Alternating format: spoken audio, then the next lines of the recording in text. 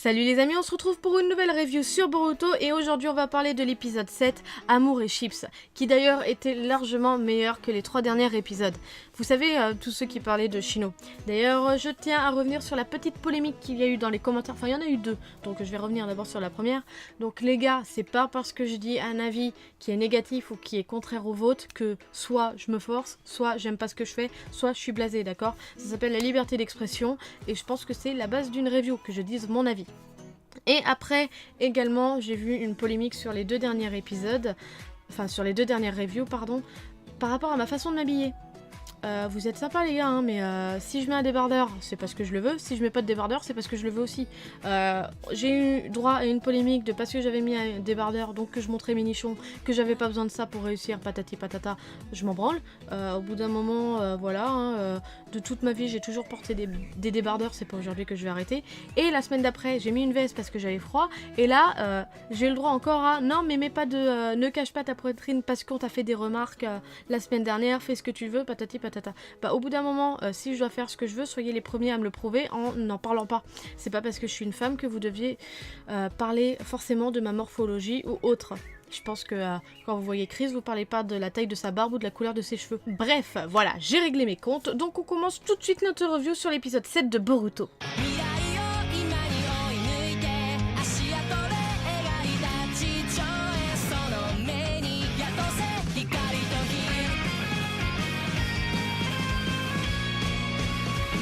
La semaine dernière, j'ai fait une petite hypothèse par rapport au développement de cet épisode. Et je pense ne pas m'être trompée, mis à part de la fille. Parce que du coup, bête et disciplinée par rapport au titre, j'avais pensé que c'était Shosho qui était donc la fille admirée. Mais au final, non, pas du tout. C'était ma préférée, Sumire. Bref, donc, je dois dire quand même que dans cet épisode, elle remonte un peu dans mon estime. Même si elle continue à être niaise, mais bon, qu'est-ce que vous voulez, c'est une enfant. Il faut lui faire son éducation. Comme vous l'aurez compris, le thème abordé dans cet épisode, c'est l'amour. Mais on va parler d'abord plus général parce que dès le début de cet épisode, on a quelques petits indices au niveau du développement de l'histoire, donc en général. On peut voir Shikadai et Boruto qui sont en train de réfléchir à ce que peut être cette forme obscure qui possède les ninjas.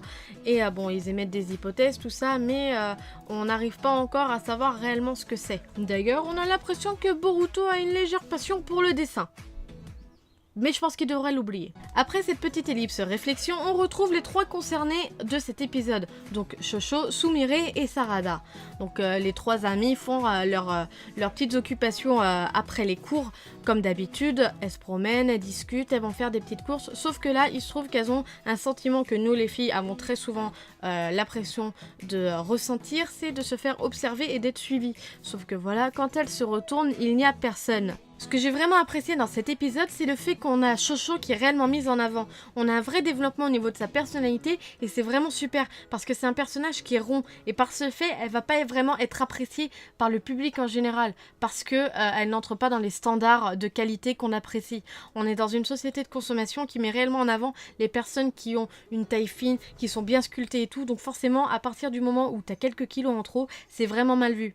Hein, pas vrai, monsieur qui laisse des commentaires sur les lives en disant que je suis grosse? Le thème qui est aussi mis en avant dans cet épisode, c'est le harcèlement. Il est discret mais il est présent. Je pense qu'on a tous connu le harcèlement scolaire au moins une fois dans sa vie. À un degré différent, c'est sûr, mais on en a tous connu. Oui, parce que le simple fait de se mettre à plusieurs sur quelqu'un en mettant en avant ses défauts, ça fait partie du harcèlement. Parce que vous attaquez directement la personne sur son physique. Là, on va dire que le harcèlement qui est présent dans cet épisode, c'est du harcèlement moral. Pourquoi? Donc le garçon qui observe les filles secrètement va donc tenter plutôt de déclarer sa flamme à Sumire parce qu'il sera poussé par Shosho. Sauf qu'elle va carrément lui foutre un vent. Mais il aura tenté. Et Shosho, elle est partie sur une bonne voie pour lui faire comprendre que si tu tentes rien, t'as rien quoi. Tu peux pas savoir ce qui va arriver. Et en fait, le gars qui doit être déjà pas du tout confiant par rapport à lui-même, va directement se renfermer et ne plus avoir confiance en lui. Donc forcément, il va être directement facilement possédé par cette force obscure qui est présente dans tous ces épisodes. Et donc à partir de là, le mec va passer dans un cap où il va faire du harcèlement par rapport à Sumire. Il va la suivre, il va écrire des mots sur elle du genre « je te vois Sumire ». Il va arriver derrière elle par rapport à son pouvoir d'invisibilité en lui chuchotant à l'oreille travail. Enfin, tout ça, c'est vraiment un harcèlement constant qui peut être présent à l'heure d'aujourd'hui, même encore dans nos écoles. Et c'est ça qui est mis en avant et qui est plutôt sympa. Je trouve pas ça sympa. Ce que je veux dire, c'est que un animé comme Boruto qui met en avant une thématique aussi sensible et qui est encore présente à l'heure d'aujourd'hui, c'est bien parce que ça peut sensibiliser le public à ce genre d'événement. Parce qu'un harcèlement trop abusif peut carrément pousser une personne jusqu'au suicide, qu'on se mette d'accord. Bon, on va arrêter de parler de trucs chiants là, parce que bon, c'est lourd. Parce que bon, Boruto, c'est censé être quand même des épisodes sympas, funny, légers, qu'on est heureux de regarder. Hein. Donc on va arrêter de se monter la tête au niveau de trucs chiants et triste, hein, parce que c'est pas cool, hein.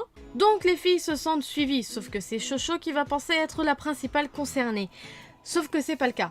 Donc en fait, elle va réussir à coincer le gars et arriver là dans le coin, t'as Boruto, Shikadai et Mitsuki qui sont dans le coin, qui vont entendre le bruit et qui vont venir à la rescousse du pauvre gars pensant qu'il est victime. Sauf que quand ils vont comprendre qu'en fait c'était lui qui les observait secrètement, voilà quoi, ils vont donner raison aux filles et puis ils vont les laisser faire. Sauf que arrivé là, Shosho va se monter la tête, tout ça en pensant que le mec est amoureux d'elle. Sauf que le gars va lui dire par contre calme-toi ma jolie, c'est pas du tout de toi, c'est de Sumire. Et à partir de là, donc Shosho redescend et va devenir un peu la médiatrice de cette confrontation.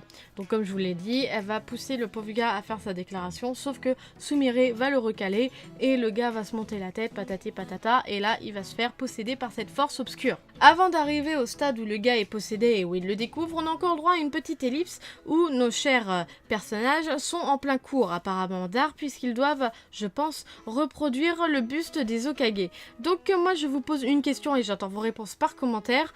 Vous avez normalement le screen qui s'affiche à l'écran. Dites-moi sur la table de Sarada, Boruto et toute la clique, qui est-ce qu'ils sont en train de reproduire. Donc en fait c'est la tête blanche que vous voyez normalement au centre de l'image. Donc j'attends vos commentaires et on verra bien parce que moi personnellement je ne sais pas du tout. Enfin j'ai une petite idée mais je vais pas le dire parce que si je me plante je vais encore m'en prendre plein la gueule, donc je vous laisse le dire par commentaire. Et pendant ce cours d'art, on découvre le premier délit de cet harceleur, puisqu'il écrit sur un tableau « Je te vois Sumire ».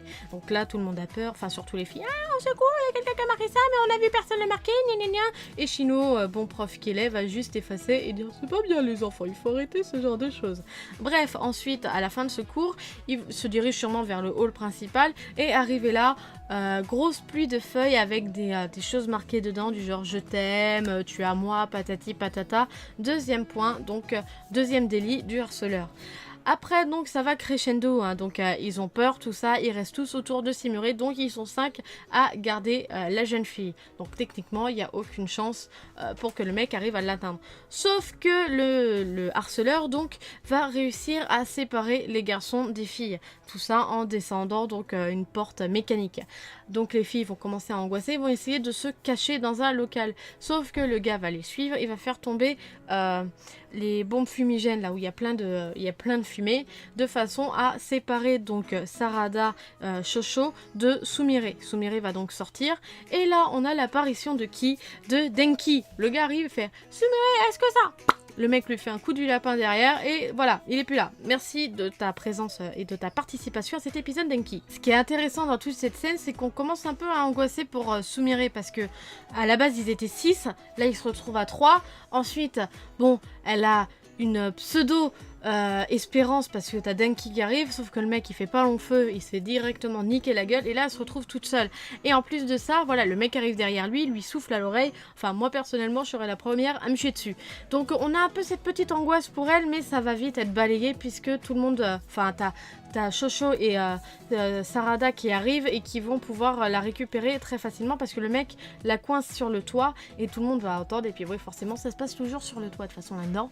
Et donc tout le monde va la rejoindre et là on va avoir droit à un peu la bataille finale entre Boruto Shikadai contre ce harceleur fantomatique. Donc il y a un début de combat entre Boruto Shikadai et l'harceleur. Donc le gars, parce que moi j'ai rigolé quand j'ai vu le sous-titre, hein, soit le mec il a fait un tour à Poudlard, soit le pompage il est magnifique parce que sa technique s'appelle cap d'invisibilité.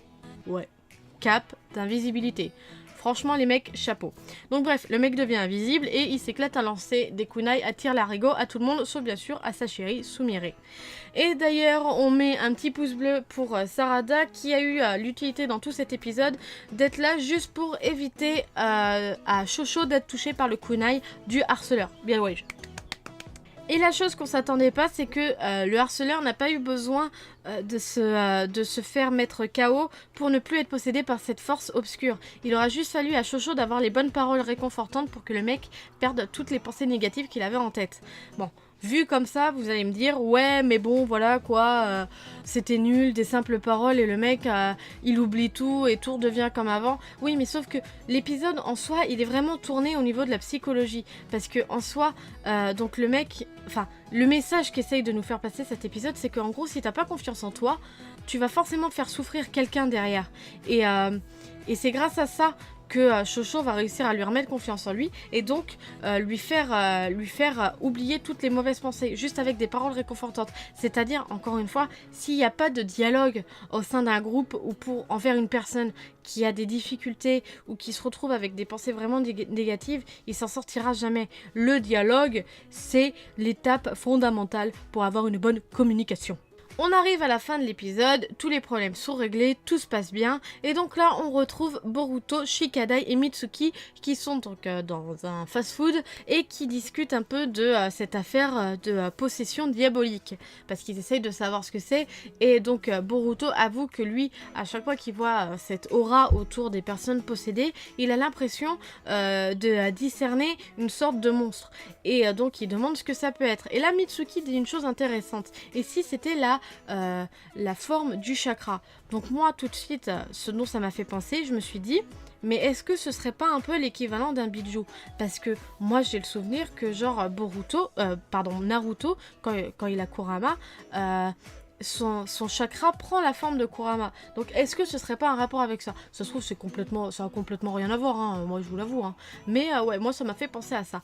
Et aussi, donc moi ce qui m'a fait rigoler, c'est que d'un côté vous avez les petits qui réfléchissent à ce que peut être cette chose, et puis donc il y a Naruto et Shikamaru qui donc ont ouvert une enquête par rapport au fait qu'il y a énormément de ninjas qui se retrouvent hospitalisés parce qu'ils ont perdu tous leurs chakras, et ils commencent à trouver ça bizarre par rapport au fait inexpliqué qui se passe et au comportement étrange de certains ninjas, dont Shino.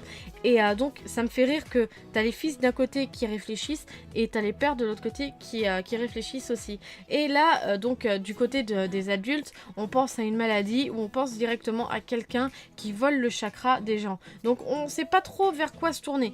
Possession, vol de chakra, parce que bon, je me dis si ce serait un vol de chakra, pourquoi est-ce que dans ce cas-là, le mec il aurait une aura autour de lui? Je veux dire, il devrait s'évanouir directement, à moins que on vole son chakra, mais qu'on le remplace par un chakra diabolique. Est-ce que ce serait pas ça? C'est l'heure de parler de la preview de l'épisode 8, qui m'a l'air vraiment très intéressant et très important pour la chronologie et le développement de l'histoire, parce que apparemment, le thème abordé dans cet épisode, ça va être carrément l'éveil du Byakugan de Boruto. Et apparemment, Hinata et Naruto, et d'ailleurs leur petite fille, je vais pas dire son nom parce qu'il est vraiment trop long et trop compliqué, je vais encore me planter. Bref, toute la famille de Boruto a l'air de s'interpeller un peu sur son comportement et se demande donc si ça doit pas être l'éveil de son Byakugan. Donc cet épisode va vraiment être très intéressant. Cette nouvelle review sur Boruto se termine, j'espère qu'elle vous aura plu. N'hésitez pas à me le dire par commentaire. D'ailleurs, n'oubliez pas de me dire votre idée par rapport à qui appartient le buste que Boruto et ses amis sont en train de reproduire pendant leur cours d'art appliqué, je pense. Likez, partagez la vidéo, ça nous fait super plaisir. Et surtout, abonnez-vous à la chaîne si vous ne l'êtes pas encore. Sur ce, moi je vous laisse à la semaine prochaine, Tchuss!